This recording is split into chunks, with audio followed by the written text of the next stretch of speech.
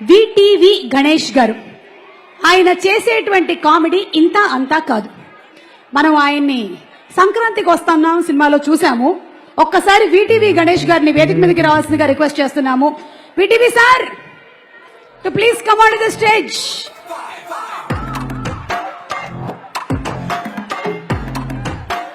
Sir Vanga sir, గ్యారంటీగా మనం VTV Ganesh గారి దగ్గర నుంచి ప్రభాస్ గారి కొన్ని సీక్రెట్స్ తెలుసుకుందాం ఇప్పుడు. సార్ మీకు గుర్తుందా, ఆ రోజు మీరు సంక్రాంతికి వస్తున్న ఈవెంట్ లో చెప్పారు, నేను ఒక యాంగిల్లో చూస్తే త్రిష మాదిరి ఉన్నాను అని. అది నేనే.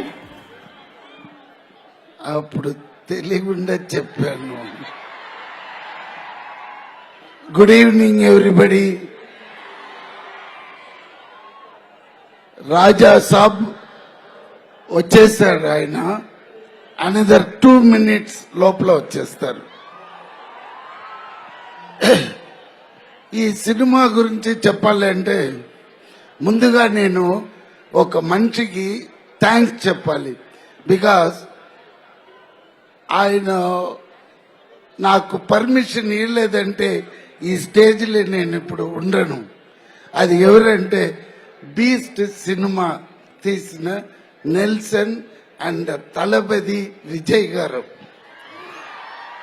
ఎస్, విజయ్ గారు ఇచ్చిన ఆ ఒక డైలాగ్ పర్మిషన్ లో నేను ఇప్పుడు ఇక్కడ ఉన్నాను.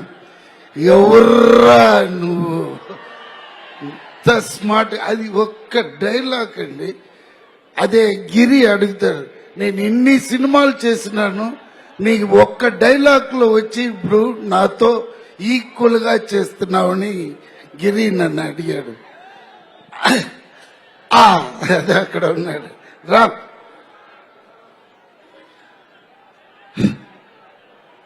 సో ఈ సినిమాలో చేసిన నేను 1 రోజు 2 రోజు కాదండి, టోటల్లీ 55 days నేను ఈ సినిమాలో యాక్ట్ చేశాను. ఈయన కూడా ఉన్నాడు పక్కన.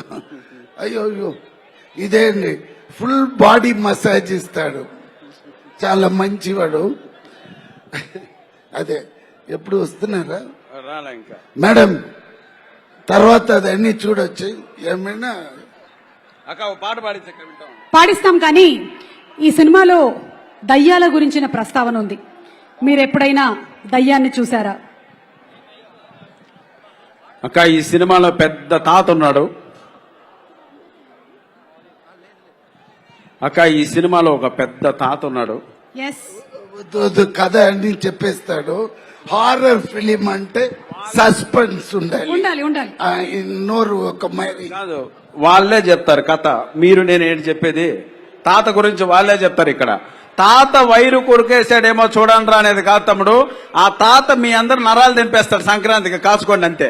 అలా ఉంటుంది సార్. మీరు సినిమా మొత్తం ఒక్కసారి చూసేసారా సార్? మీకు ఆల్రెడీ యాజ్ అ ఆడియన్స్ మీరు చూసేసి ఉండుంటారు కదా సినిమాని డబ్బింగ్ లో. ఎడిట్ లో మనతో ఎగిరిపోయింది. మీకేం కావాలి? ఏం లేదు సార్, ఇప్పుడు నిధి ఉంది, మాళవిక ఉన్నారు. ఈ ముగ్గురు పర్ఫార్మెన్స్